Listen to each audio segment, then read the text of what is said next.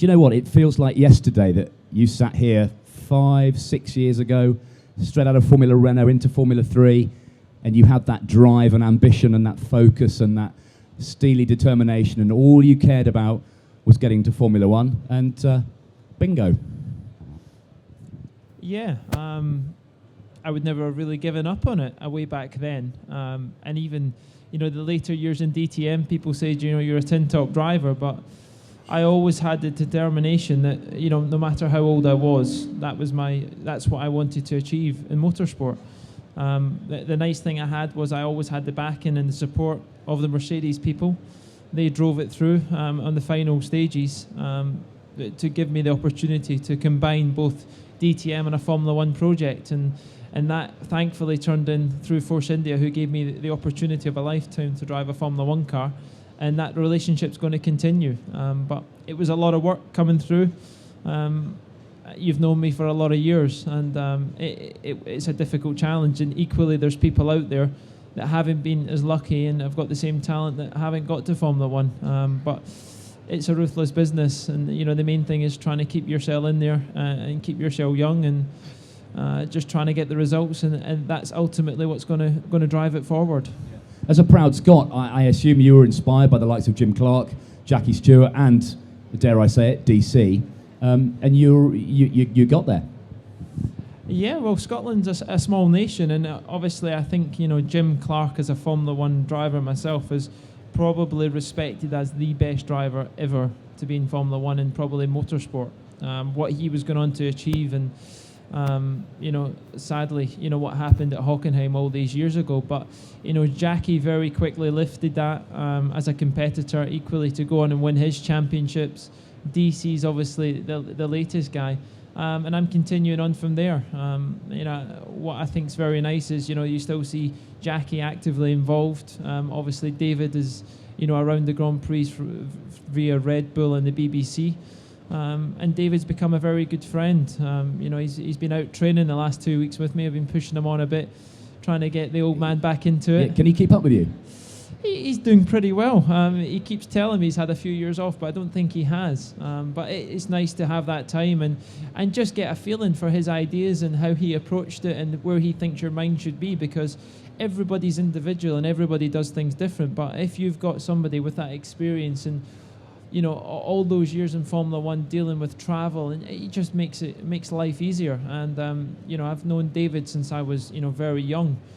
Growing up at kart circuits, going to them with my cousin Dario Franchitti, and he was racing David. It's funny how quickly life's changing, how quickly you become, a good friend of these people, and you start socialising with them. And equally, I was fortunate enough to race with David as a teammate in Mercedes and DTM. You talk about Mercedes and that relationship that goes back, obviously, to DTM. You must have very fond memories of these things. They're monsters, aren't they? They are monsters. These are the new generation cars that are coming out this year. I had a demonstration at Hockenheim. I was the first one to drive it on the track to the public, which was quite special, not being part of Mercedes anymore, but still have the close links with them and being a former champion there. They were very supportive, and I owe a lot to Mercedes over the years, because they took me through my Formula 3 as a junior driver, went on to have 4 great years with them. And I think, with BMW coming along, I think there's exciting times ahead. I've got 2 very good friends in there, Gary Paffett and Jamie Green. And I love to see the series go forward, because one day, should your Formula 1 career, whatever happens, you can always look back in that, really from there. Were you concerned that, having come out of Formula 3 as a champion, I mean, hell, you beat Sebastian Vettel in the same car in Formula 3, but if you went into touring cars, you'd be going down the wrong avenue.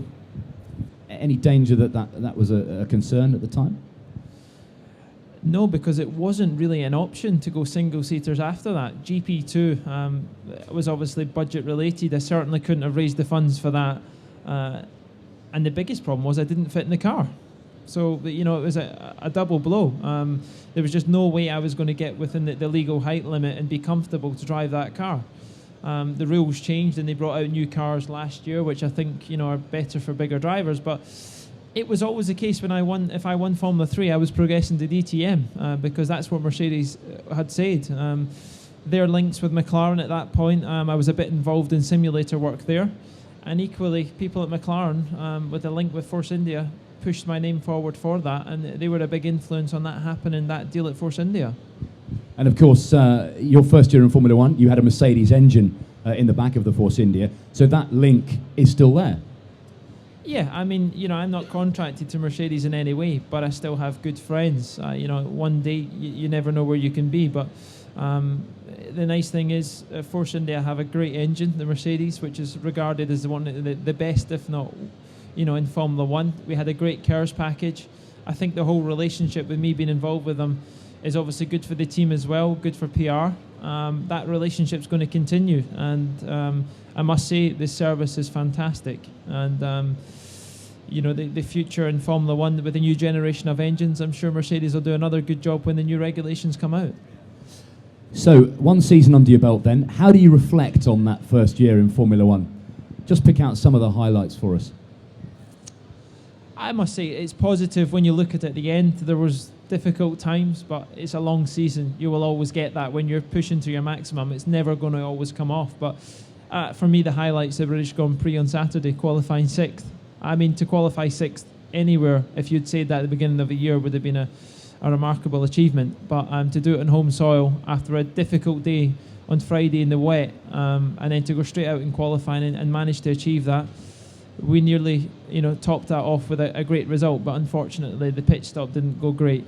But we learned from that, and I believe that one mistake gave us great opportunities later in the year because we changed some of the way we work on decisions. And we managed to get 6th in Singapore, which kind of cancelled that bad race off. And we had a great run for the second half of the year scoring points. And that's what made the difference, and that's what drove the team forward to keep bringing upgrades, even until 2 races to go at the end of the year. And when you comfortably matched your teammate, Adrian Sutil, who I think was in his 4th or 5th year in Formula 1, you must have thought, right, this is going good. Yeah, I mean, don't get me wrong, Adrian's a fast guy, and he's been there for 5 years, so you don't get to stay in Formula 1 if you're not fast. Fortunately, I started very well against him. Towards the end of the year, he was very fast, but I think that was the experience I have in the tracks. I hadn't driven any of them on the Fridays the year before, which I got the opportunity to do for the first 8 or so Grand Prix, which helped me at the beginning of my first year in Formula 1. And it's just, when the track rubber's in qualifying, just getting that little extra edge out of it. It's difficult when you're up against these guys because they know it inside out. But that second year, that's where experience plays in. I can arrive at the Grand Prix next year and know what's going to change and know what to look for in the car in practice. If it's not a perfect balance, you're then going to have a perfect balance in the qualifying session, which will then lead on to the race and go. There's a huge amount of pressure, isn't there, before you even get to race day, in those short segments of time on Saturday afternoon, to get the car up to speed, get the tyres switched on, and to progress through the system of qualifying. Is it something you enjoy? Yeah, because there's a bit of tactics in it. It keeps you sharp, it keeps you going. I think it keeps the team going, and that's why we're all doing it. And that's why I believe we've got so many people in the team, because everybody has an expert in something in the team. I couldn't do all the jobs myself. Nobody could. So you're better to have all these people, and all the information gets all filed into me and my engineer, and we then pick what we think is going to be the best way for us. And that's why these people are there to support us, and that's what drives Formula 1 on. We've got 300 people nearly in our team, all working for the same thing. You try and put all those opinions and everything into one bit, it's a difficult thing to extract. And equally, when you go to the likes of McLaren and Red Bull, they'll have so much more resource and so much more opinions, but a different way of filing it. Did you set out to learn as much as you could from Adrian, or did you want to be your own man and go your own way? I think you want to be your own man, and I think you've got to have the feeling the direction you're going the right way. I think you can always learn, you always make mistakes, but it's about using that to your advantage again when you make that decision based upon. But you have reasons, and I think I had a good relationship with my team of people around me, great support, a great engineer, and as I said, you get tough races and you get races that are easier, and there's races where you will fall across something that will work, and that's just the luck of the draw. I'm very much so opinionated that things will not always go by you. There's got to be an element of luck in there to make sure things happen. Let's talk about Force India, British-based, Indian-owned. What sort of character is Vijay Mallya? Well, Vijay's obviously been a very successful man to get what he's got. He's got a huge empire in India. And he's driven this team forward. If you see where that team started when he bought it 5 years ago and where it is now, it's something incredible. And the nice thing what Vijay's done is to take the team to the next step. We're now called Sahara Force India. So we've had the introduction of the Sahara investment, which will come into the team to go to build new wind tunnels, just get a bit more resource. And just in the background over the next few years, we'll slowly, increase the competitiveness of our team. Vijay always said that is the only way this team will go forward is with somebody else on board with that. And I must say it was a very good introduction. The team's very excited about what it has for the future, although it won't be imminent. And really, we've yet to see the full extent of it. But, there's people working in the background that I'm sure will introduce the right steps and the right necessary steps when the time's right. Vijay's a huge enthusiast, isn't he? Is he the sort of guy who's in Formula One for the long haul? Definitely. He's been involved in racing. He has. If you see how many cars Vijay has from the history of Formula One and what he has in India, he's just a racing man, and that's why he's there. It's not there just to make money. It's there for him as a sport, and he just thrives on the team doing well. We did that feature in the summer of Vijay and Vicky Chandok back in the early 80s in the Madras Grand Prix, and they wheeled out these old F1 bangers and had hundreds of millions of people coming to watch. It was, I think that kind of was a reflection of what an enthusiast he is. Yeah, and Vijay is obviously, he's a very popular man and his time's very much in demand, but he will be at, I would say, 85% of the Grand Prix. He will fly in, he will watch the race on the pit wall, feel very involved in it, and that's what's good about it. He's not just seeing it and overlooking it. He wants to be actively involved. He is the chairman. And that's the key point, and that's what keeps that team running, and that's what keeps the emotions and the drive in it. And you have, of course, repaid the faith he showed in you when he gave you a race seat at the beginning of 2011, to the extent that you've kept your drive and you are very much back on board and going forward. Yeah, very thankful of that. The relationship will continue. It's going into its third year now. It's great, and it's nice to see the same faces are still around. It's pushing on. And really, I always say to Vijay at the beginning, I'm in this for the long haul, and so is he. He wants to keep pushing it forward. He sets your ambitions, all right, sometimes a bit higher than they should be, but in the end, it always seems to work out. So I hope with him saying, fifth is a target next year, we can certainly achieve that as a constructor. You've got a new teammate, haven't you, for 2012, Nico Hülkenberg, who's been on the sidelines, quietly sort of bubbling around the radar. What do you make of that? Well, obviously, it's sad to see Adrian go because he's been a big part of Force India, but the board took the decision to bring Nico in.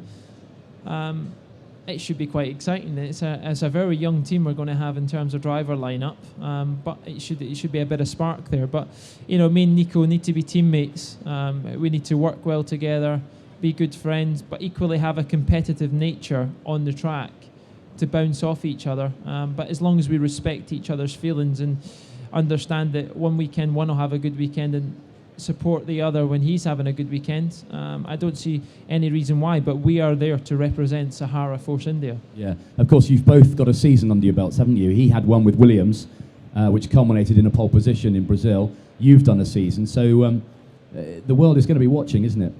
Yeah, we're both on equal territory. We both have the same experience, so I think it'll be good. We're already working together. We've started integrating and pushing ideas forward for the team, how we think they can improve from last year, and the team are taking it all on board, and that's the great thing about it. The new car is being hastily put together. When are you going to first get in it? Well, I had a little sit in it yesterday. I did my seat fit yesterday in the new car. Wasn't much there of it, but it's going through the build. It's on schedule to be running early February. Obviously at Resta on the 7th. I'll be driving the first day, but I must say the seat fit went very well, very comfortable. The guys very early on last year saw some issues with me just getting me comfortable and getting Nico and equally Adrian. We were all involved in making it better. And yesterday paid off for that. It was a very short seat fit for guys on a Friday afternoon, so they could get home for the dinner. Good stuff. Paul, we wish you all the best for a great season in Formula One. One of only 3 Brits flying the flag in Formula One. Congratulations. I hope it's a great season. Ladies and gentlemen, Paul de Resta.